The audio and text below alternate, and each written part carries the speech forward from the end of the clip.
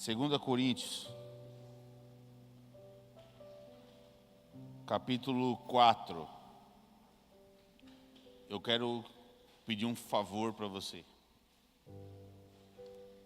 Você vai abrir 2 Coríntios, capítulo 4. Pode ser no seu celular, pode ser na sua Bíblia. E você vai deixar aberto. Deixa aberto no 2 Coríntios, capítulo 4. Porque eu vou pregar a respeito de um tema, só que eu vou vir em todos os versos. A gente vai passar por todos os versos. E, logicamente, não vamos acabar hoje, né? Porque vamos passear por todos os versos.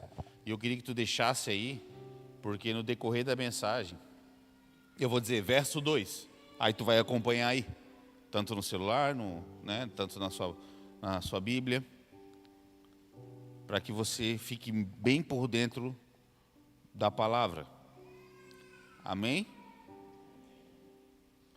O nome da mensagem que eu vou pregar ela vai estar disponível depois de eu pregar domingo que vem, porque ainda tem algumas coisas que precisam ser ajustadas. Mas é por que não desanimamos? O que tem nos governado? É duas perguntas. Por que não nos desanimamos? É engraçado essa pergunta, né? Não é o porquê desanimamos, é o porquê não. Você quer descobrir? O que faz nos triunfar? E a outra pergunta é, o que tem nos governado? Então, tudo que eu ministrar aqui, você vai lembrar dessas duas perguntas. Por que não desanimamos? E a outra, o que tem nos governado? E você vai ver que no seu dia a dia, essas duas perguntas, elas sempre vai visitar você no decorrer do dia. Amém? Vai no verso 16. Vai no verso 16. Eu vou ler o 16, o 17 e o 18. E nós vamos voltar lá no 1.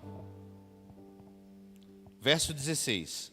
Por isso não desfalecemos. Ou não desanimamos. Não sei como é que está na sua versão. Ponto vírgula. Pelo quê? Por isso não desfalecemos? Por isso não desanimamos? Por quê que não desanimamos? Ele está dizendo, por isso. Ele está dizendo, tem uma causa que eu não desanimo. Existe uma causa que eu não desanimo. Porque ele está dizendo, por isso eu não desanimo. Será que é importante essa passagem? Sim ou não? Porque ele está dizendo, por causa disso aqui, eu não desanimo. Não sei você, mas existe um segredo aqui então. Maravilhoso. A qual nós, se a gente contemplar com clareza, o que vai acontecer conosco? Não vamos desanimar. Amém? O amém foi meio desanimante. Obrigado pelo amém desanimante. Mas ainda que o nosso homem exterior se corrompa, o interior, contudo, se renova de dia em dia, porque a nossa leve e momentânea tribulação produz para nós um peso eterno de glória muito excelente, não atentando nós nas coisas que se veem, mas nas que não se veem, porque as que se veem são temporais, e as que não se veem são eternas. Eu vou pregar sobre esses versos aqui, só que é bem provável que eu não chego nesses versos aqui, e já é um encorajamento para tu vir domingo que vem, e tu descobrir, porque hoje praticamente é uma introdução, mas vamos responder essa pergunta, né? Por que não desanimamos? E o que tem nos governado? Queridos, hoje é o dia de a gente deixar tudo aquilo que não é nosso ir embora. Amém. Valeu, João. Hoje é dia de a gente largar coisas que têm nos atrasado, que têm roubado a nossa vida, roubado a nossa mente, roubado tudo de nós, para que a gente não desfrute de tudo o que Deus tem para nós. Amém? Seria bom você, isso, responder. Eu acho muito engraçado uma coisa. É engraçado, mas é triste ao mesmo tempo. Se cantarmos aqui em cima uma canção que fala da vinda de Jesus, Maranata, a igreja fica eufórica, pula, grita, canta, chora, falando de uma realidade futura. Mas quando a gente fala de Cristo, do Espírito Santo habitar dentro de nós, para um crente levantar a mão é muito difícil. Porque ele quer abrir mão de uma responsabilidade presente. Então cantamos sobre Cristo e a igreja tanto faz. Mas se a gente ficar aqui cantando, mas a igreja será arrebatada, irmãos, nós precisamos perceber o que contemos e não sair dessa realidade eterna. A Bíblia se trata da eternidade, não do futuro. E a eternidade está dentro de nós, sim e amém? Por isso que nós... Até o irmão ali deu um glória, viu? É a maneira dele, né? Então, primeiramente, eu tenho duas notícias nessa pregação. E você já deve saber qual que é as duas notícias. Uma boa e uma ruim. Qual que você quer saber primeiro? Qual que você quer saber primeiro? A ruim? A ruim? A ruim é a primeira, né? A ruim que eu tenho uma má notícia para sua carne. E a boa? A boa é que eu tenho uma boa notícia. Uma excelente notícia para o teu espírito.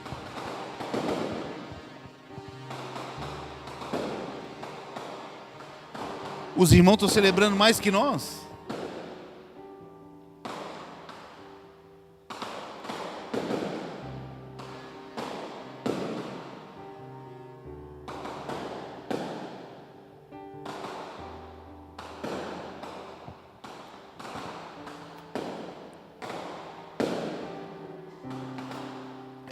É Réveillon e eu não sei, é? Vamos lá. Deixa eles fazer festa. Primeira coisa, querido. Todos adoram. E eu já falei isso aqui repetidas vezes. Todos adoram. Todo mundo adora. O ateu adora? Adora. Conforme o Deus dele. Todas as religiões adoram? Sim. Todo ser humano adora. Porque fomos feitos para adoração. Todo mundo oferta. Claro, cada um conforme o seu Deus. Todo mundo dizima. Sim, cada um conforme o seu Deus. Porque fomos feitos para ser generosos, fomos feitos para ser adoradores. Então cada um conforme o seu Deus. Mas também precisamos afirmar que todos são governados por algo ou por alguém. Todo mundo é governado por algo ou por alguém. Já vamos melhorar isso. Queridos, no Éden, quando a queda, há o pecado, quando o pecado é introduzido no homem,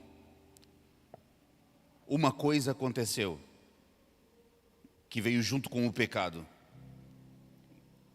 que foi, o ser humano começou a ser governado pelaquilo que sente, pelaquilo que vê, pelos seus pensamentos. Só que a nossa alma, fala comigo, alma. A alma, ela não foi feita para governar. Ela não foi feita para governar. A nossa alma foi feita para estar rendida a Cristo. E o que a gente vê, e é normal, é uma pessoa ser guiada por aquilo que sente. Principalmente as crianças. As crianças, irmão, não podem ver nada. Ela é governada por aquilo que vê, por aquilo que está sentindo. E nós que temos o Espírito Santo de Deus e éramos para ser maduros o suficiente, nós éramos por ser guiados por fé e não por aquilo que vemos. É uma tragédia um ser humano ser guiado por aquilo que sente, irmão. Querido, se a gente fosse guiado por aquilo que sente, talvez alguns aqui que estão me ouvindo, nunca mais olharia na minha cara por algumas situações que passamos. É mais do que sentir. Eu não senti isso no culto, eu não senti aquilo no momento de oração. Não é sobre sentir, querido. O sentir até faz parte, mas não é ele que te governa. Imagina, irmão. Hoje eu estou triste, vou ser mais áspero com o meu amigo do trabalho. Quem falou que isso é correto?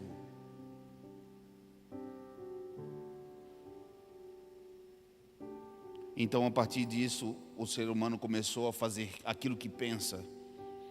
Começou a ser guiado pela alma.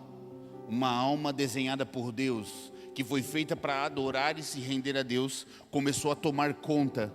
É a mesma coisa que eu pegasse uma das nossas crianças aqui e dissesse: você vai nos liderar. Então não somos guiados por aquilo que vemos, querido. Não somos guiados pelas circunstâncias, não somos guiados. Somos guiados pelo Espírito Santo de Deus, amém? Então, eu vou falar mais para frente sobre isso. Mas eu quero que você entenda nessa introdução que é muito fácil ver o homem caído que ainda está aqui dentro. É fácil. Como? Ele é guiado por aquilo que vê. Ele tem uma resposta imediata em todas as situações. Entendeu? Por exemplo, eu e o pastor Luiz temos um desentendimento e eu rapidamente já dou uma resposta para ele. O homem caído tem resposta imediata, programada. Toda vez que eu falo com a minha esposa sobre um determinado assunto, eu acabo discutindo com ela. Vamos responder não programadamente. Vamos dar uma resposta inusitada, surpresa. Porque o homem caído, ele é cíclico. Repita comigo, cíclico. Se a gente toca num assunto, acabamos pecando sobre aquele assunto. Tocamos sobre esse assunto mais uma vez, dias depois pecamos. Anos depois, não sabemos lidar com alguns assuntos. Porque o homem caído quer responder. E ele responde imediatamente. Ei, só um pouquinho, senta aqui, amor. Vamos conversar sobre esse assunto. Há tempos atrás a gente até discutia sobre isso. Há tempos atrás a gente brigava sobre aquilo. Mas essa eu vou dar uma resposta ao meu homem caído. E eu não vou obedecê-lo. Porque não somos guiados por aquilo que sentimos. Quem está comigo? Amém. Você está entendendo? Vai melhorar, tá? Por isso, não desanimamos. Por que nós não desanimamos? Queridos, nós temos que ler um capítulo antes para entender por que não desanimamos. Agora tu vai lá no verso 1. Você que está me acompanhando, verso 1 do 2 Coríntios. Já anotei errado aqui, né? 2 Coríntios 4, 1. Portanto, visto que temos este ministério, pela misericórdia que nos foi dada, não desanimamos. Então no verso 1 já está dizendo, pela misericórdia que nos foi dada, e pelo ministério que nos foi dado, não desanimamos. Qual ministério? Aí nós temos que ir num capítulo antes. Um capítulo antes, ele vai dizer, presta atenção que aqui está uma das chaves, que o nosso ministério é um ministério que é capacitado por ele, para que nós sejamos ministros de uma nova aliança, de um novo pacto em Cristo. Então ele está dizendo assim, por causa da misericórdia de Deus, nós temos um ministério, qual? Carregamos Cristo dentro de nós, por isso, não desanimamos. Então a primeira coisa que ele está dizendo no verso 1 é o quê? Que antes da cruz nós ministrávamos um Deus distante. Antes da cruz nós esperávamos um Espírito descer do céu. Antes da cruz era tudo uma promessa. Mas agora nós somos ministros de uma nova realidade. Qual? Deus habita dentro de nós. E aquilo que era promessa hoje é uma realidade. Por isso, esse é o maior motivo. Qual? Dentro de mim habita a divindade. Esse é um dos maiores motivos. Esse aqui podia acabar a pregação aqui, querido. E nós éramos para sair pulando, gritando aqui por causa dessa notícia. Qual notícia? A divindade, Cristo plenamente dentro do nosso interior.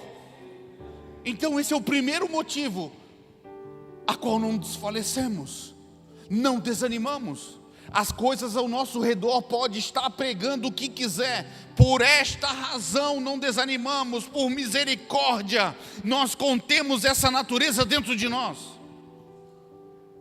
Aleluia, aleluia. Então, tendo esse ministério, Cristo em nós, não desanimemos. Querido, eu vou falar um pouquinho sobre desanimar, tá? Mas não desanima não. Mas é para que a gente possa compreender, amém? Então, desanimar, desfalecer, se trata de perder o ânimo, desânimo. Bem comum, né? Bem prático, perder o ânimo.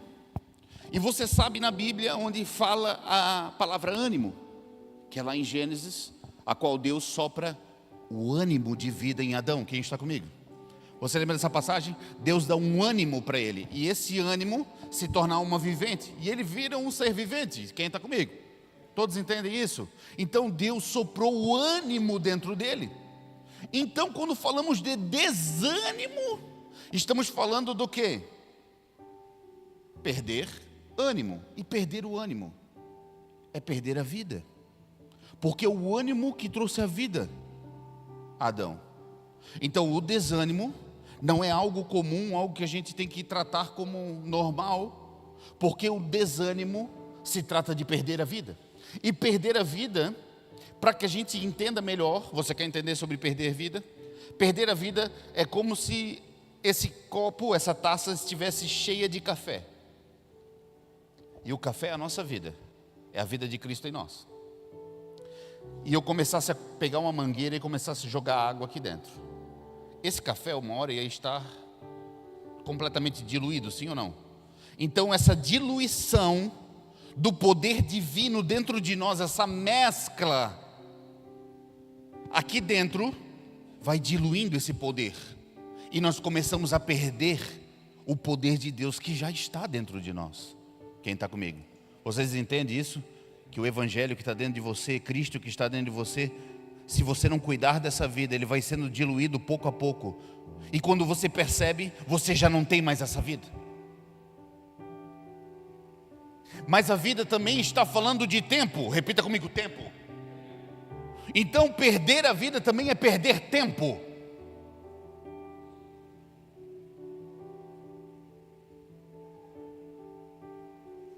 Por que estou falando perder tempo? Porque quando nós perdemos tempo, produzimos somente uma coisa: atraso. Você começa a chegar atrasado nas coisas de Deus.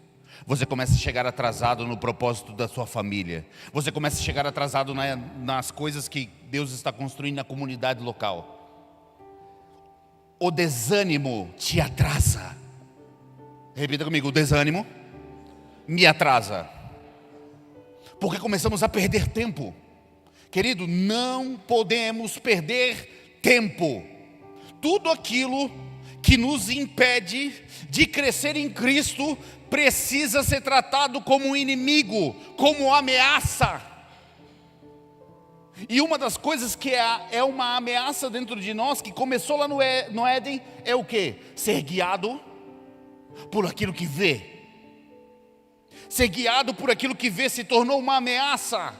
A alma que é linda e poderosa, que expressa a beleza de Deus, se tornou uma ameaça dentro de nós quando não é crucificada.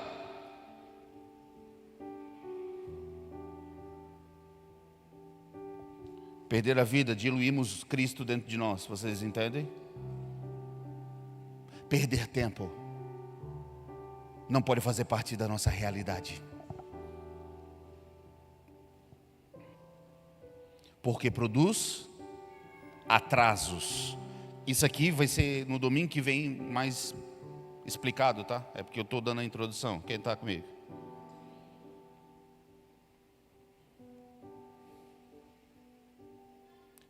O foco dessa ministração não é o desânimo, logicamente, mas precisamos entender o desânimo. E creio que você tem paciência para isso. O foco dessa ministração é a gente localizar aquilo que nos anima. E eu já falei uma das coisas que nos anima. Somos ministros de uma nova aliança. E isso nos anima e muito, né? Porque nós estávamos em trevas e fomos transportados para o reino do Filho amado. Amém? Mas eu vou te perguntar, já entendeu sobre o desânimo? Sim ou não? Agora é uma outra pergunta. O que faz você perder o ânimo?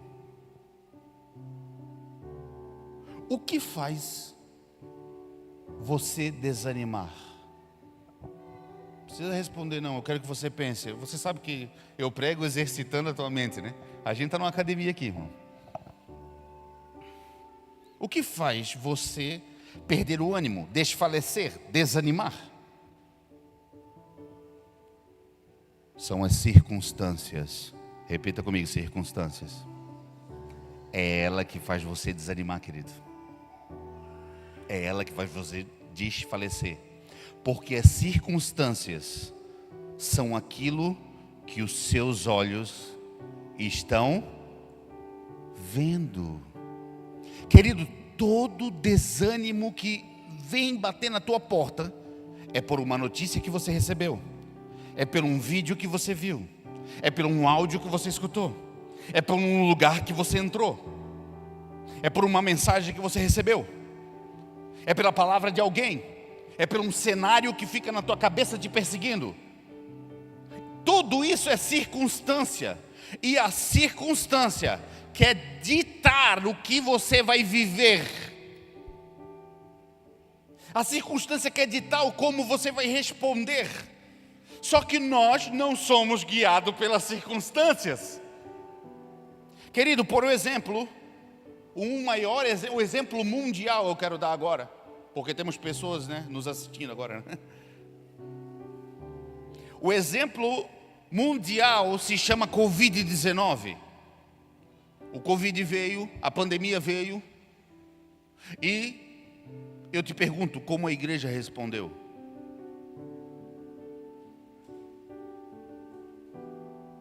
Desespero. E quando não era o desespero, era a imprudência. Por quê? Queridos, nós vimos crentes com carrinho cheio de papel higiênico. Nós vimos crentes com 5, 6 sacos de arroz dentro do carrinho, porque ia acabar a comida. A circunstância começou a moldar somente uma igreja carnal, tá? Os espirituais não foram cegos pela circunstância, porque não nos movemos por circunstâncias, nos movemos daquilo que sai da boca de Deus, da sua verdade que é presente. Amém? Então a gente viu um monte de pessoas se movimentando por causa de um jornal, se movimentando por causa de notícias, e até, vamos piorar, né? Se movimentando por causa de fake news, gente.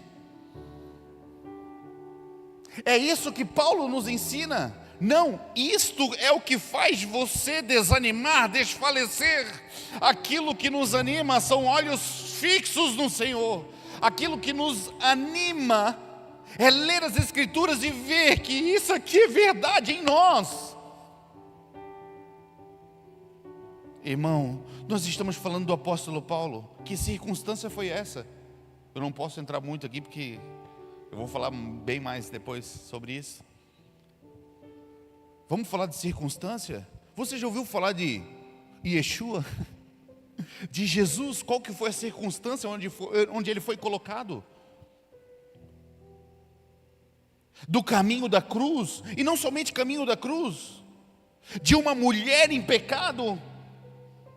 Foi vários cenários onde ele foi inserido e como ele se comportou no cenário que ele foi inserido. Eu te pergunto, como que ele se comportou, queridos? Você precisa analisar os evangelhos e como Jesus andou na terra para ver que as circunstâncias não ditavam o que ele fazia. A única coisa que ele queria fazer é a vontade do Pai.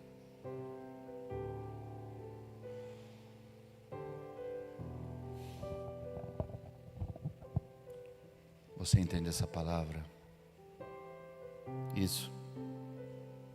Tudo ao nosso redor, querido, quer guiar a sua vida. Irmãos, leve a sério isso que eu quero falar para vocês. Não dá tempo mais de orar para pedir para Deus mudar a circunstância. Ele não vai mudar. Ore para Deus, para Ele aumentar a sua fé. Ele vai atender essa. Faz o teste. Ore as duas coisas. Deus, muda a minha circunstância. Aí ele vai dizer, Mas olha para Deus e fala, Deus, aumente a minha fé, para mim superar esse ambiente aqui, para mim passar por este lugar aqui. E quando eu passar neste lugar, eu vou refletir a glória de Deus. O mundo está com expectativa, Daniel. O mundo está com grande expectativa de olhar uma igreja firme na verdade. Uma igreja firme em Cristo, que não se abala com circunstâncias. Queridos, nossos vizinhos têm que olhar para nós e dizer, meu, depois de tanta luta, ele está cantando logo de manhã cedo. Como que é isso? Querido, um ateu tem que olhar para mim e dizer, é impossível manter esse pensamento de ateísmo. Por quê? Por causa do Marco. Por causa do pastor Luiz é impossível manter essa mentalidade.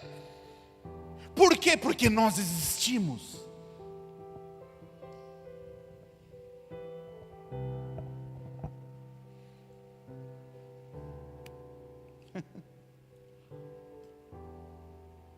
Aleluia. Aleluia, aleluia. Glória a Deus. Remova os véus, Senhor. Remova os véus, Senhor. Remova os véus, Senhor.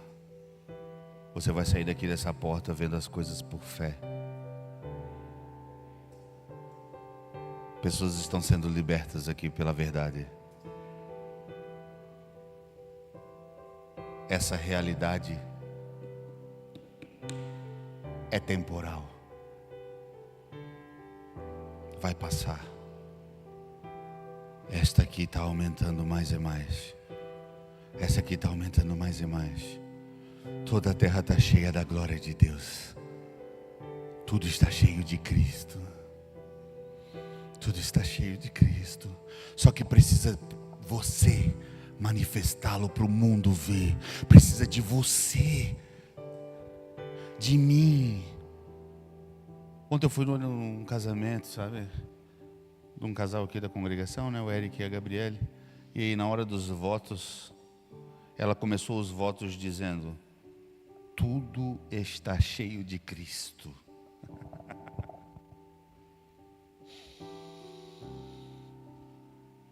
E aí eu falei: Senhor, cadê os filhos maduros para manifestar essa realidade? Porque toda a terra está cheia da glória de Deus. Precisamos manifestar aquilo que era invisível. Deus era invisível no Antigo Testamento. Deus era invisível no Antigo Testamento.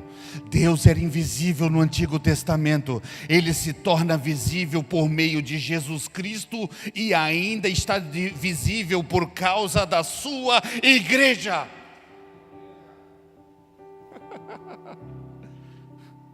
A igreja é o evangelho visível. A igreja é o Cristo visível, Otávio. Então toda a realidade que é invisível, nós vamos trazer ela visível. Quem está disposto a isso, irmão?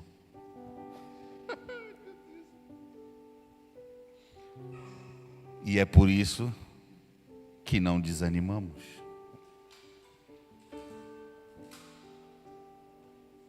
Verso 2. Estamos no verso a verso, mas está meio... Era para ser mais tradicional, né? A gente não consegue. Verso 2. Antes, renunciamos aos procedimentos secretos e vergonhosos. Não usamos de engano, nem torcemos a palavra de Deus. Pelo contrário, tem um pelo contrário ali. Mediante a clara exposição da verdade, recomendamos-nos a consciência a todos diante de Deus. Olha aqui para mim. Vamos fazer algumas perguntas, né? Desculpa, é isso aí, né? Por que renunciamos ao comportamento secreto e vergonhoso? Estou dizendo aquele pecado que só você e Deus contempla. Por que não usamos de engano? E por que não adulteramos a palavra de Deus? Tem 3, né, passos ali. Por que não fazemos isso? Por que Paulo está aconselhando? Porque é pecado? Muito óbvio, né? Eu já vou explicar cada um, tá? Mas Paulo está dizendo assim, ó, isso aqui que eu estou falando leva vocês a desanimar. Porque esse capítulo está falando do ânimo e desânimo, sim ou não? De coisas visíveis e invisíveis. Você nunca mais vai ler esse capítulo como você lia antes. Então, ele está dizendo assim, ó, tudo isso faz você desanimar. O que faz você desanimar? Comportamento secreto e vergonhoso, aquele pecado que só está entre você e Deus, ninguém vê esse pecado. Usar de engano e adulterar a palavra de Deus. Então vamos no primeiro. Por que temos que renunciar comportamento secreto e vergonhoso? Por que temos que fazer isso? Querido, o que eu falar aqui é libertador. Amém? Você pode falar amém, tá? Bem entusiasmado mesmo. O que eu falar aqui é libertador. Por quê? Porque existem pecados secretos nos rondando. E às vezes a gente não consegue superá-los. Mas a boa notícia é que ele já foi perdoado. Você precisa entender que esse pecado secreto, esse pecado obscuro, secreto nem tanto, porque Deus está contemplando, ele vai embora, ele é aniquilado quando entendemos que já foi perdoado. Então se perdoe e pare de se mutilar.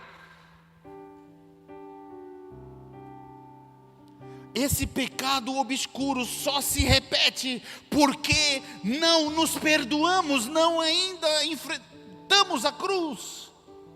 Ele ainda vem bater na porta do coração ainda, porque ainda você não engoliu que Cristo já perdoou. Você ainda não viu o poder da cruz.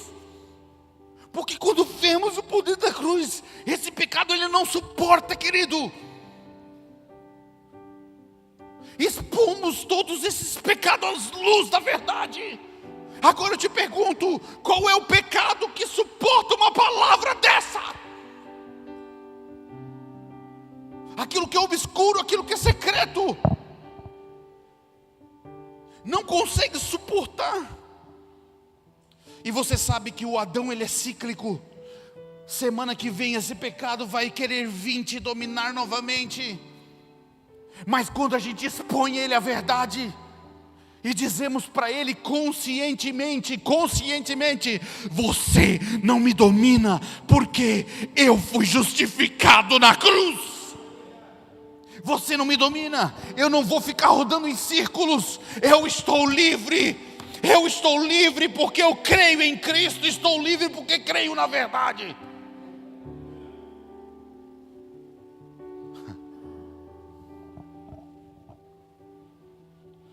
Como um selo em meu coração, Tu és meu tesouro. Meu Deus, irmão, meu Deus, eu sinto ar de liberdade aqui. Eu sinto ar de liberdade aqui. Sinto seguro.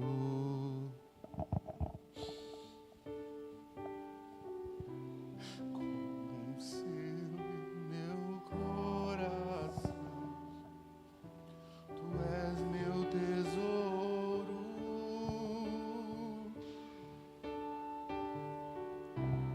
Muitas águas vêm sobre mim, me sinto seguro.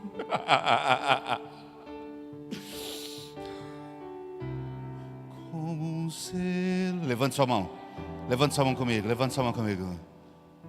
Tu és meu tesouro. Pessoas estão sendo libertas de pecados programados, de pensamentos programados da carne. Seja liberto agora pela exposição da luz da verdade. Seguro. Pessoas estão sendo libertas aqui das circunstâncias ao seu redor. Xarararabarê. Tu és meu tesouro. Põe a mão na sua cabeça, fala para o Senhor: livra-me, Senhor, de alguns pensamentos. Livra-me, Senhor. Livra-me da circunstância, do olhar humano e carnal. Eu quero ver como o Senhor vê. Repita isso: eu quero ver como o Senhor vê. Peça isso: eu quero ver como o Senhor vê. Eu quero ver como o Senhor vê. Senhor, revela. Senhor, dá-me revelação. Fala assim: Senhor, dá-me revelação. Dá-me revelação. Em nome de Jesus. Olhe para cá, querido.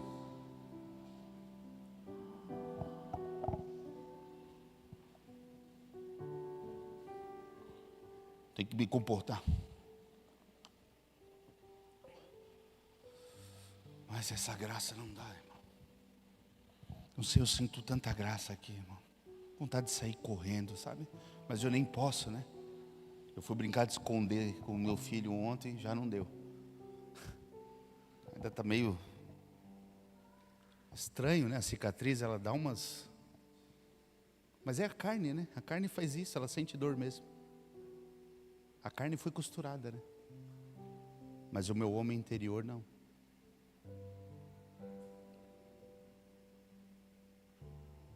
Muitas coisas vão ficar aqui hoje, irmão. Sabia? Muitas coisas vão ficar aqui hoje. Jesus está feliz, tá? Jesus está feliz, tá bom, irmão?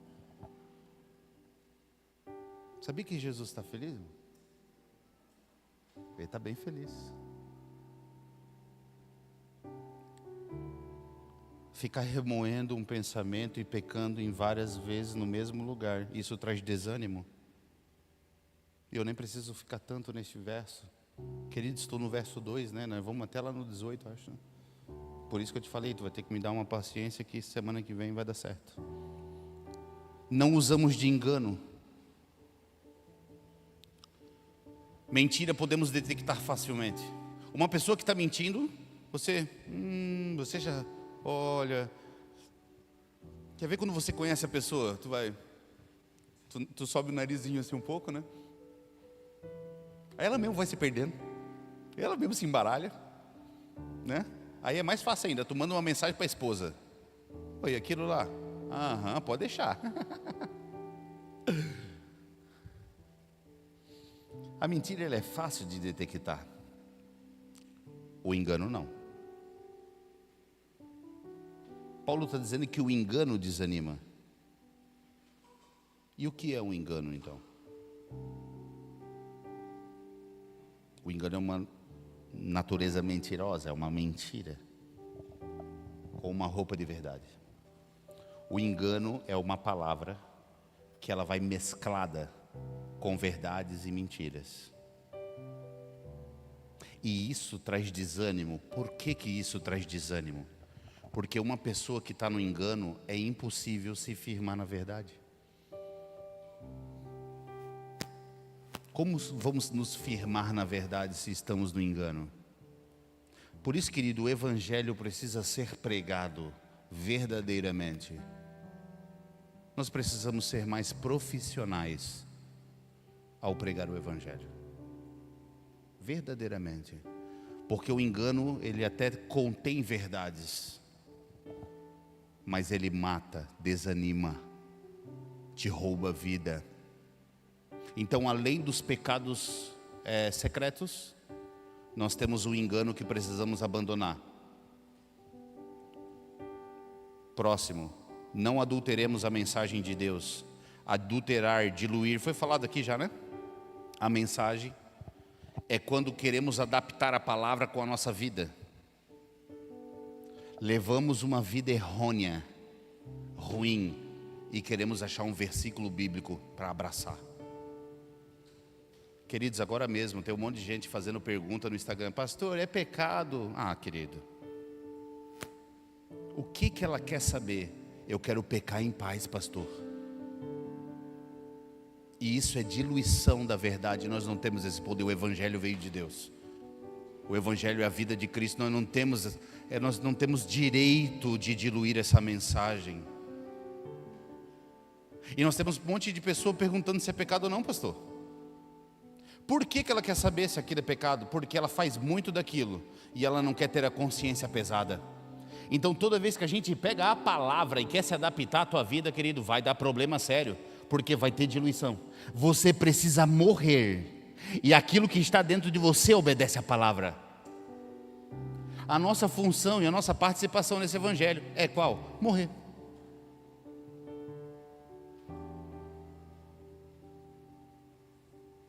Amém? Então ali, ó, logo depois desses 3 pontos, Paulo fala bem assim, ó, pelo contrário. Quando ele fala pelo contrário, ele divide no meio esse versículo, dizendo assim, ó, isso aqui te desanima, que é os pecados ocultos, diluição do evangelho e o engano. Isso aqui vai te desanimar. Mas ele bota assim, ó, pelo contrário. Ele dá um pelo contrário ali, e Paulo sempre, eu gosto de Paulo quando ele fala pelo contrário, ou quando ele fala assim, ó, mas. Toda vez que Paulo fala mas na Bíblia, anota, irmão. Porque o mas de Paulo, porque ele está dizendo, ó, o mundo está assim, assim, mas. Ou quando ele fala para Timóteo, ó, está todo mundo pirado, né? Tu, porém. O mundo está indo nessa velocidade. Tu, porém. Então essas palavras de Paulo são chaves, sabe? E quando ele está falando assim, ó, pelo contrário, ele vai dizer assim, ó, eu vou falar algo que te anima agora. Primeira coisa, pelo contrário, mediante a clara exposição da verdade. Queridos, como que os nossos familiares vão ser libertos? Como que o mundo vai ser liberto? Como o nosso vizinho vai ser liberto? Como eles vão ser salvos? Somente com uma clara, não esquece do clara, exposição da verdade. O que nós precisamos hoje é de ministros que preguem claramente, para que todos tenham acesso à luz. Então, nós não temos, mais uma vez, nós não temos direito, irmão, de falar de nós. Nós não temos direito de imaginar alguma coisa.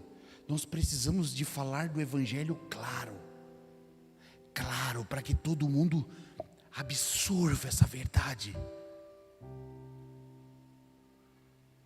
E isso tu vai ver, isso produz ânimo, porque a luz da verdade vai primeiramente brilhar dentro de você. Isso aqui é outro tópico, mas a gente já está falando um pouquinho. Nós precisamos ser claros naquilo que estamos falando, e nós precisamos ser claros naquilo que cremos. Querido, aquilo que você crê determina a sua vida. Irmão, pensa comigo. Se você crê num evangelho que não é fiel, como vai ser a sua vida?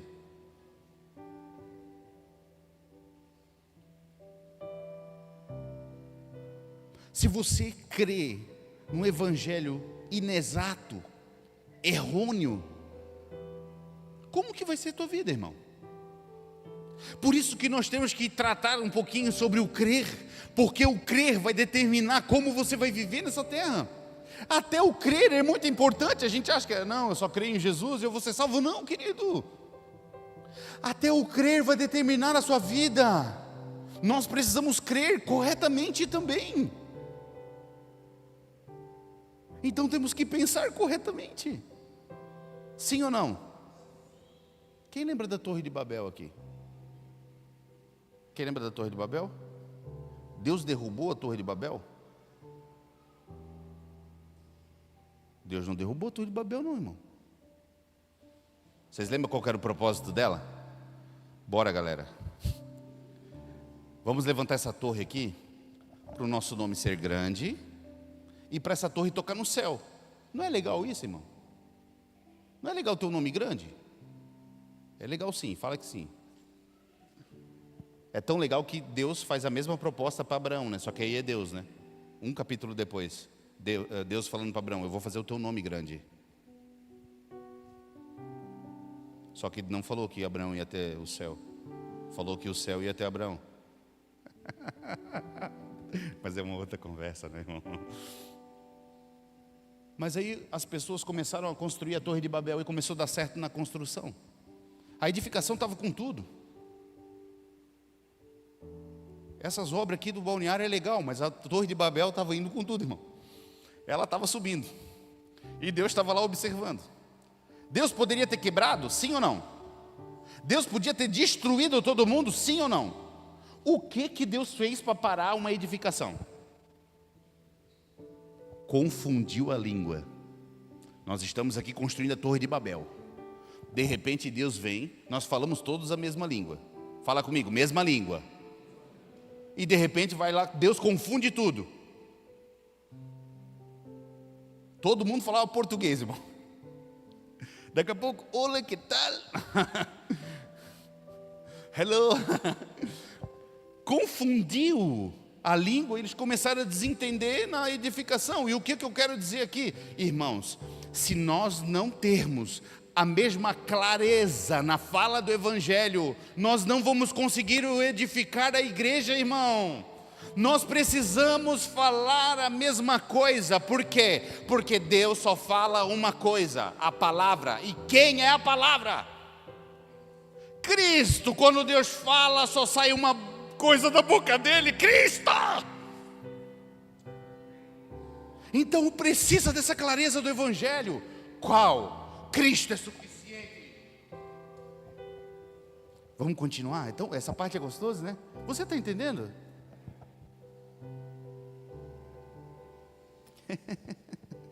Ai, que eu sinto tanta graça no Senhor aqui, irmão.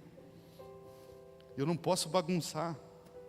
A Amanda falou para mim me comportar. Então não há desculpa para pregar um evangelho pobre. Essa palavra é dura mesmo para provocar o seu interior. Não temos desculpa de pregar um evangelho pobre. Eu digo pregar o evangelho não é subir aqui e pregar, é a sua vida. Nós não temos desculpa, Daniel, para pregar um evangelho pobre. Por quê? Me pergunte por quê. Sabe por quê? Porque contemos tudo para pregar um evangelho fiel. É só por causa disso. Por isso não temos direito de pregar um evangelho pobre. Porque aqui dentro tem tudo para pregar um evangelho fiel. Amém? Vamos continuar?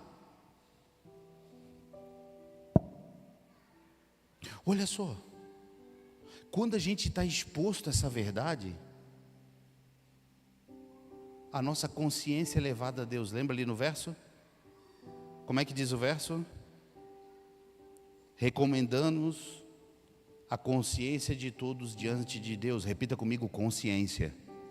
Sabe o que é consciência, querido? A consciência é aquilo que te determina o que é bom e é ruim. Só que Paulo está dizendo assim, ó, que a consciência precisa ser levada até Deus. Por quê? Porque somente Deus sabe o que é bom e ruim, irmão, para você. Querido, pegaram o inocente e botaram uma cruz que alguns falam que tinha em torno de 160 quilos, 150.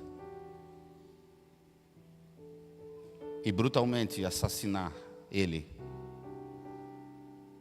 É bom ou é ruim?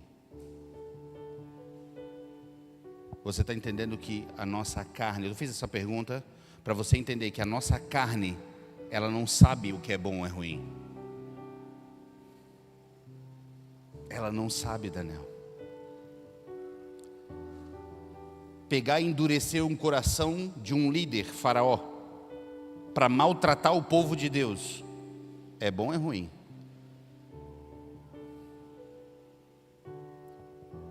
Ser o maior dos apóstolos, só que no maior tempo estar preso e no final brutalmente assassinado.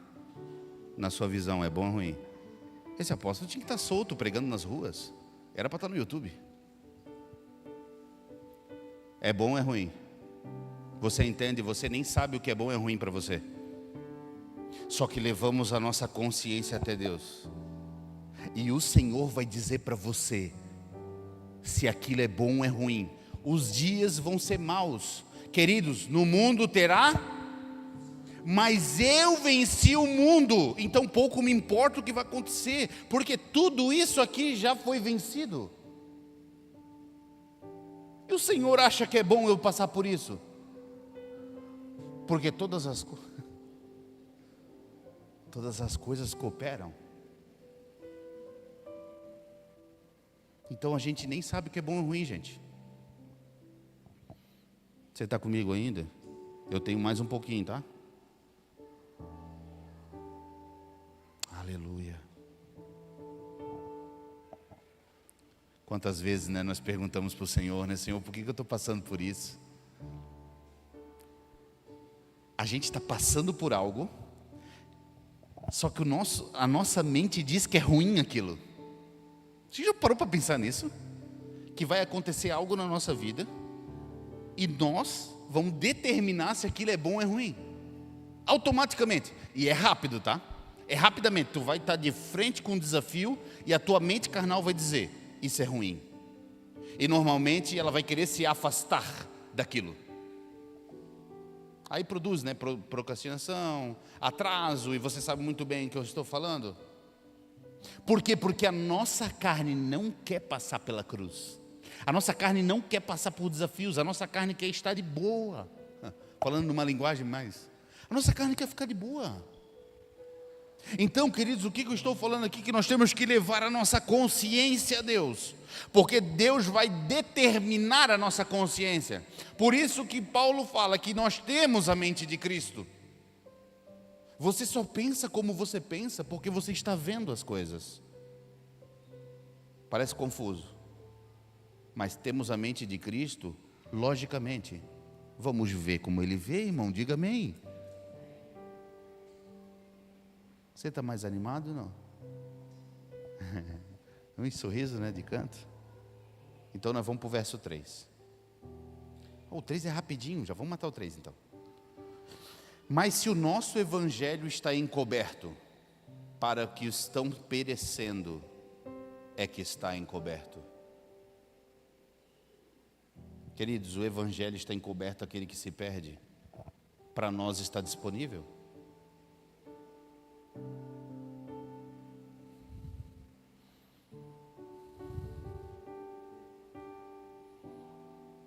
Nós temos que começar a pedir para o Senhor revelação.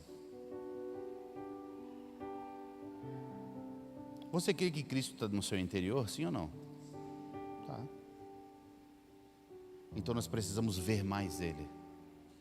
Queridos, nós temos que falar: Senhor, mostra mais o seu Filho. O nosso problema é que a gente olha no espelho e a nossa carnalidade abafa o Cristo. Jesus foi o homem perfeito, sim ou não? Mesmo assim, aquele corpo precisou morrer por Cristo ser revelado. Você entende isso? A carne humana precisou ser morta para Cristo ser exposto, para Cristo ser multiplicado.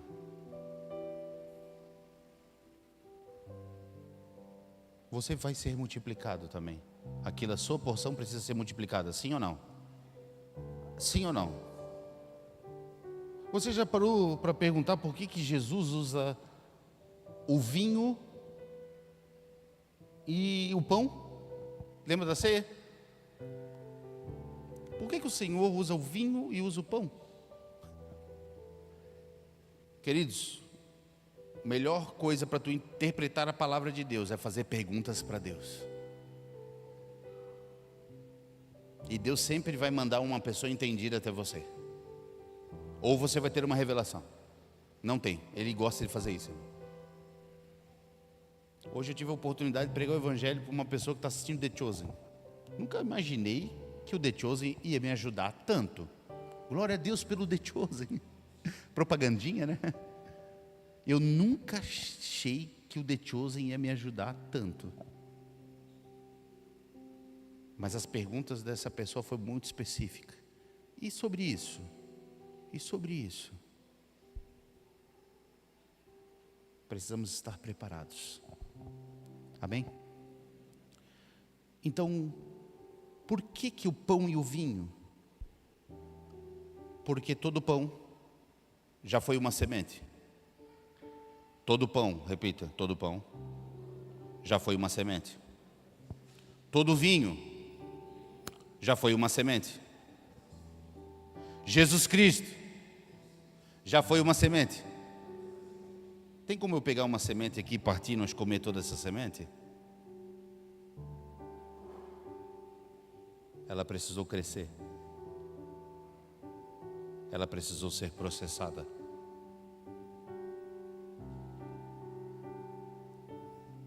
E assim ela foi multiplicada. O pão conseguiu ser partido. Por quê? Porque aquele pão foi amassado. Já pensou? Aquele pão foi amassado. Aquele pão foi exposto ao fogo.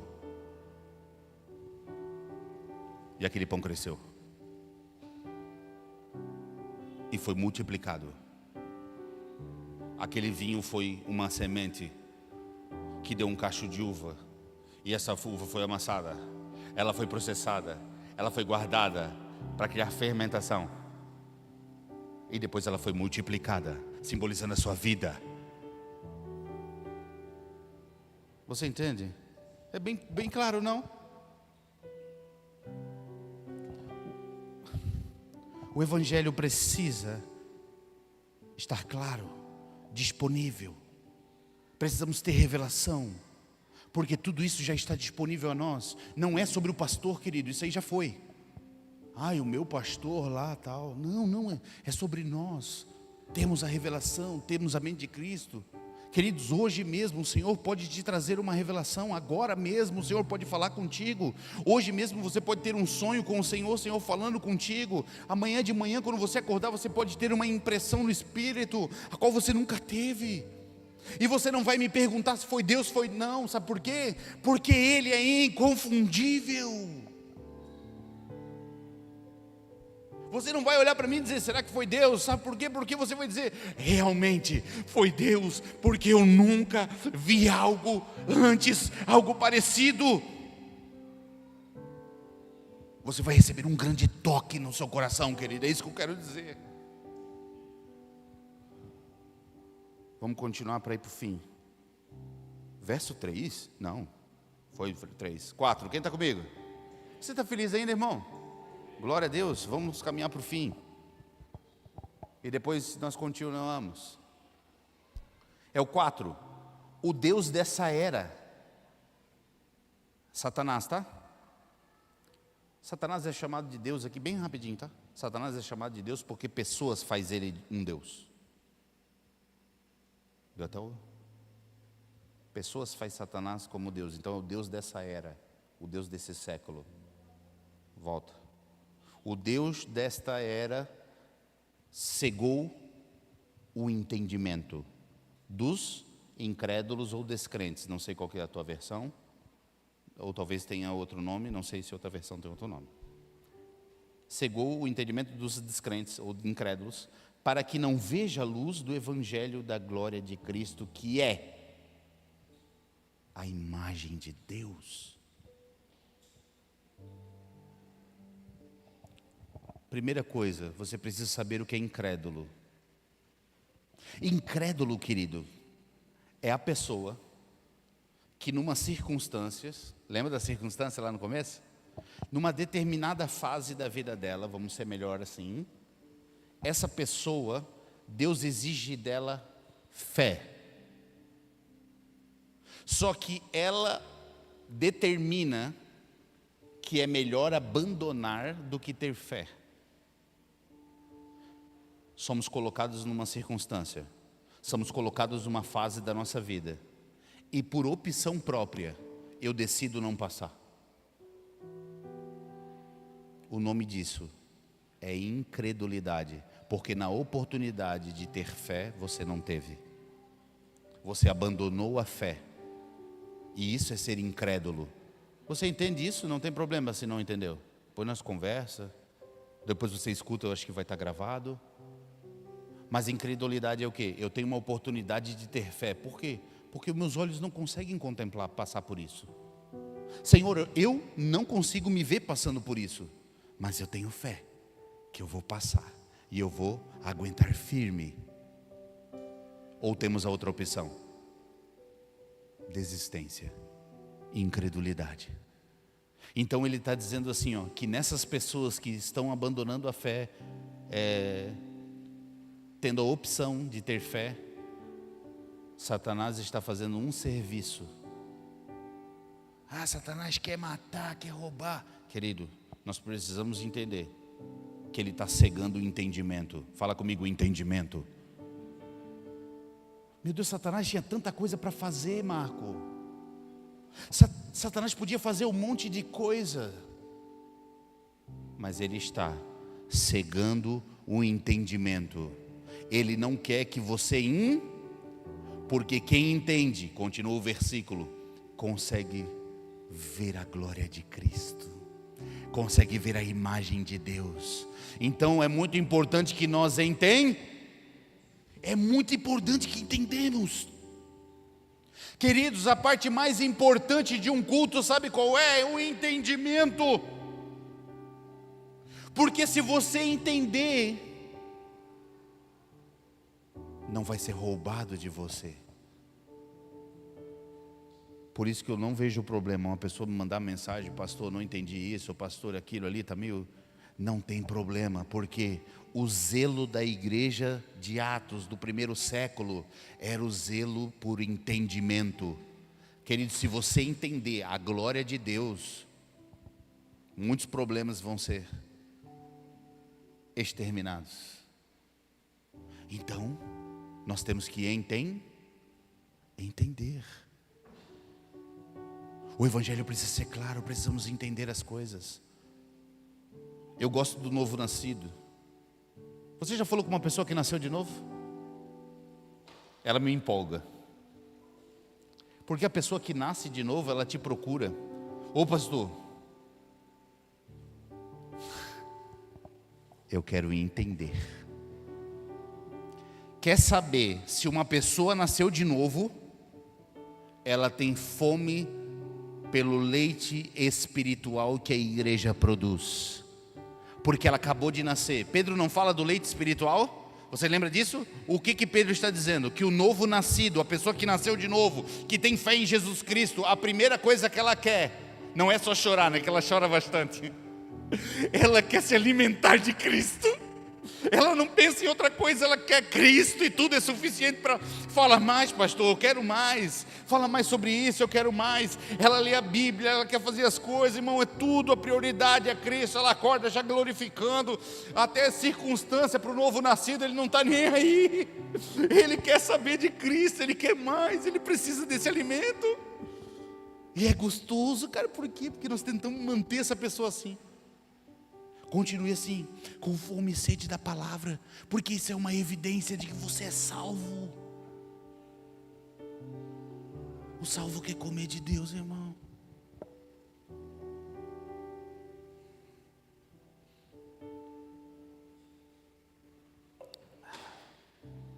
E é por isso não desanimamos, porque nós estamos cheios de fome. Nós estamos cheios de fome. Nós queremos mais do Senhor. É muito mais. Nós queremos mais. Continuando. Quando entendemos, não somos mais escravos. Amém? Diga amém. Quando entendemos, não estamos mais debaixo de um sistema diabólico. Amém? Temos que entender, irmão. Temos que entender, irmão. Porque o Satanás deseja o quê?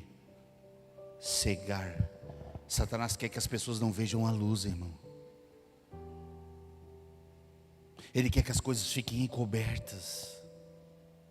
Querido, eu quero te lembrar os primeiros contatos com a luz que você teve. Posso te lembrar? Você quer trazer à memória os primeiros contatos com a luz? Eu tenho certeza, irmão, que você vai lembrar. Quando você viu a luz de Cristo pelas primeiras vezes. Primeira coisa, primeira fala: meu Deus, como eu não tinha visto isso antes. Ou assim, ó: meu Deus, anos na igreja, como que eu não vi isso antes?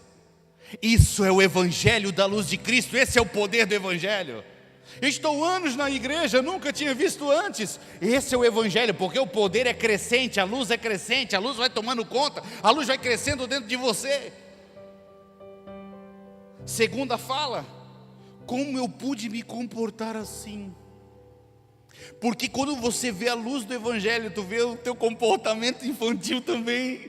Você vê o teu comportamento depravado, você vê o teu comportamento errôneo, pecador, e você diz: meu Deus, como eu me comportei dessa maneira. Meu Deus, como que eu saí daquela igreja e ofendi o pastor. Meu Deus, como que eu saí daquele grupo de louvor e ofendi aquele grupo, meu líder de célula. Como que eu fiz isso?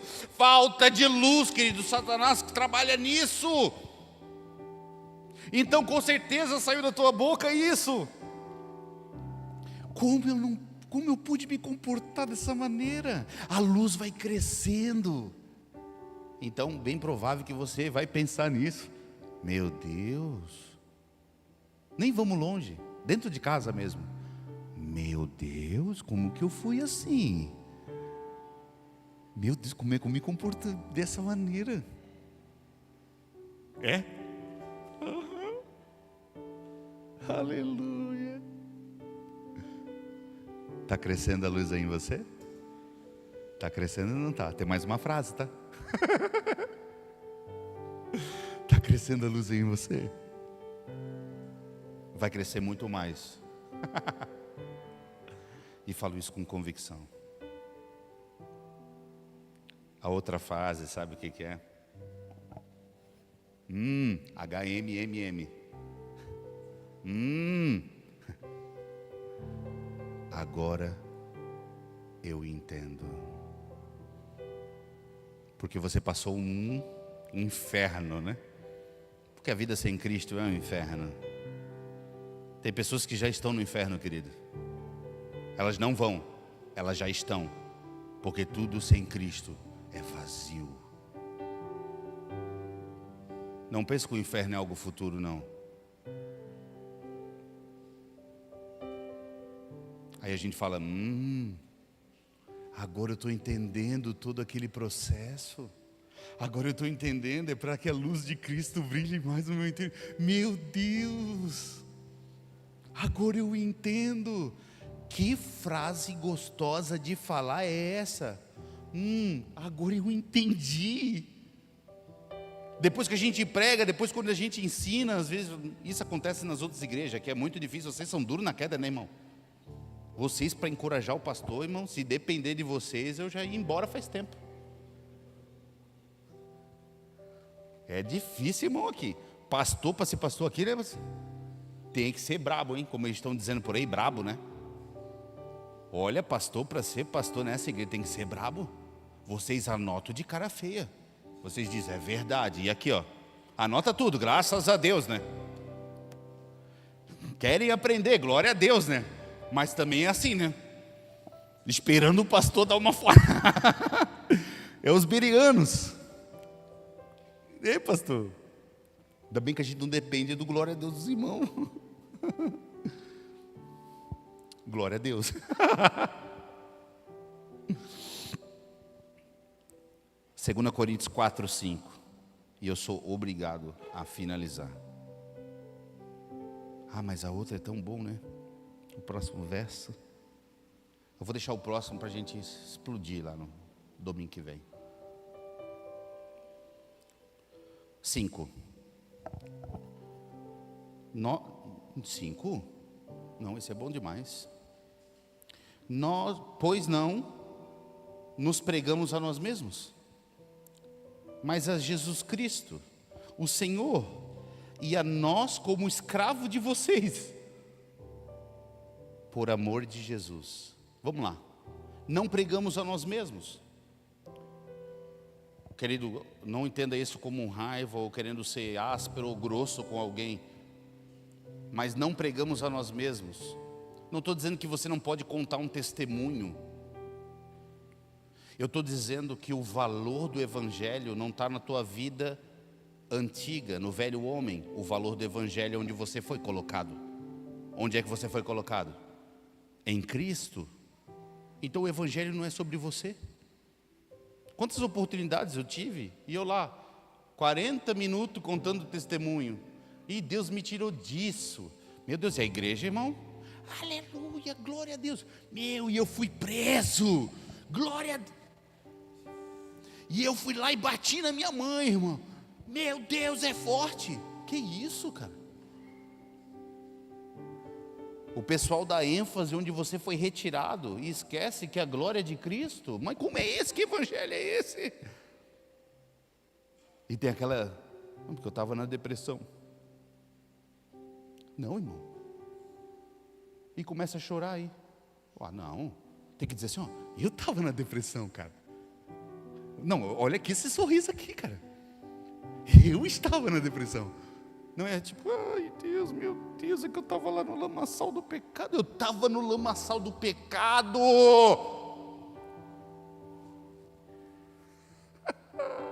Queridos, nós vivemos essa glória, nós vivemos esse evangelho e isso é maravilhoso. Eu não vejo tristeza nisso, a tristeza é na minha carne. A minha carne está triste com essa notícia, porque ela quer viver.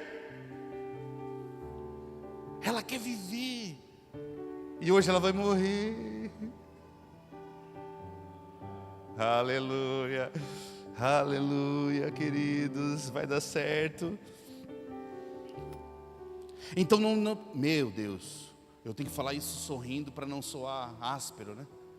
A Amanda sempre fala isso. Não, às vezes está meio bravo, parece, né? Então vou falar sorrindo. Aquela pessoa que te... Sorrindo. Aquela pessoa que te pede um conselho, ela não quer saber da sua experiência de vida. Ela precisa de Cristo, irmão. Pouco me importa o que se tu passou ou não. Ela quer saber de Cristo que está dentro de você. Ela está desesperada por um conselho. E você tem que mostrar para ela a realidade, dizendo: a palavra diz que você pode até estar cercado, mas o seu homem interior está em Cristo. A palavra diz que nós teremos aflições, mas Jesus venceu. A palavra diz, pouco importa a sua experiência de vida. Gente, o mundo não precisa da sua experiência de vida, querido. Com todo respeito, agora sorriso, né? O mundo precisa de Cristo. Cristo, Ele é suficiente, irmão. Por isso que mais uma vez eu quero dizer, nós falamos de realidade, maranata e maravilhoso. Ei, pessoas de escatologias e dia do Senhor e aquilo todo, e esquece da realidade presente, da nossa realidade presente e eterna. Qual? Cristo em nós. Eu não estou com saudade. Eu quero mais. Eu não quero voltar atrás. Eu quero o novo que está diante de mim. Adiante de mim tem um Marco, a qual a minha esposa nunca viu e experimentou. Adiante de mim tem um Paulo, a qual ninguém viu, somente Cristo viu. Adiante de você tem uma família moldada por Deus que ninguém viu ainda. Essa é a nossa realidade, querido. Fique de pé, por gentileza.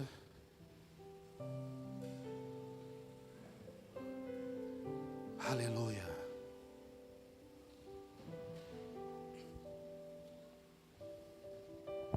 Aleluia. Não se distraia. Cadê meus irmãos? Ah, não entendo. Tem mamãe e papai, né, no time, né? Não se distraia. Eu vou continuar só quando você parar. Você ficar olhando fixo ao Senhor. Não se distraia, sabe por quê? Porque distrair não entendemos. E Satanás quer roubar o entendimento.